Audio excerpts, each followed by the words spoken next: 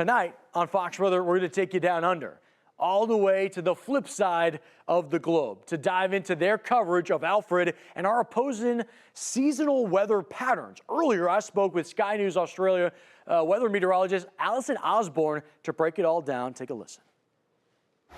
When we were looking at this on March 7th, Alfred made landfall on Moreton Island. Walk us through some of those biggest impacts. When I was looking at this in Australia, I mean, the waves battering the shore really kind of resonated with us.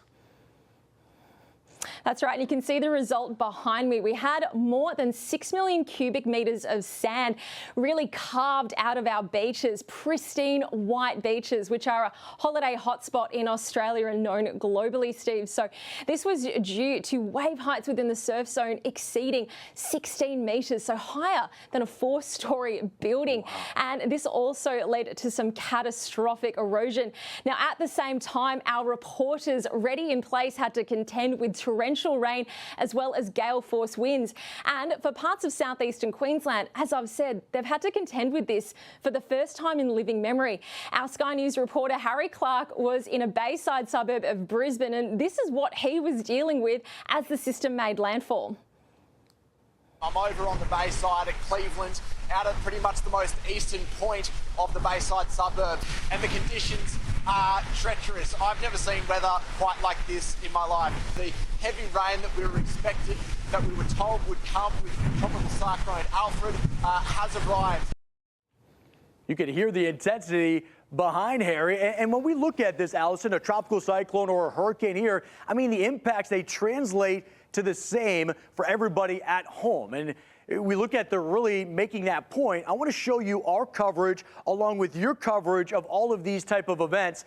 Here at Fox Weather, we were covering Helene and Milton most recently. Very different parts of the world. We're talking Australia and we're talking the Gulf and those areas like Florida, but yet there's so much similarity. Take a listen to this. The weather is angry. It's gotten angrier and angrier. The surge of this storm on high tide. That's as hard as a gust as we thought. This is certainly the heaviest that we've felt.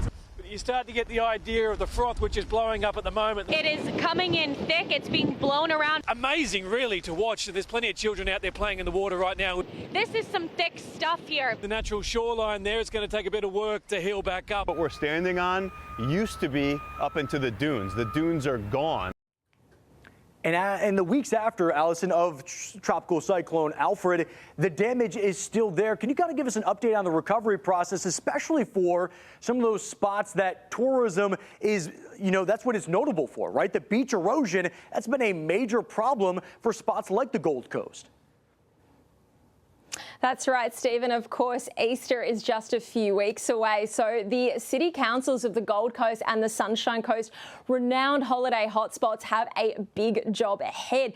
They're working to restore over 50 kilometres of beach, which was completely carved out by Tropical Cyclone Alfred.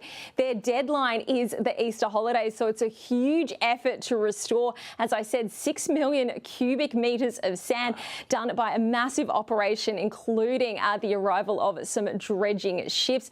At the same time, 300,000 people without power due to trees down. So restoring that infrastructure is taking some time as well.